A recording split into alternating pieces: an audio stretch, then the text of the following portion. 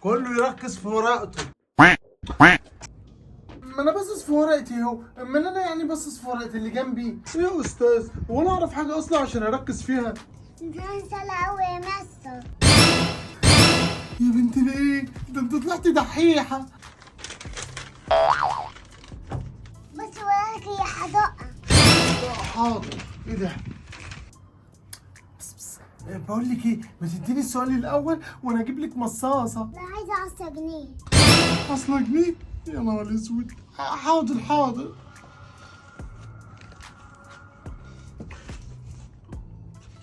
خدي. يا ابن اليد يا عفريت.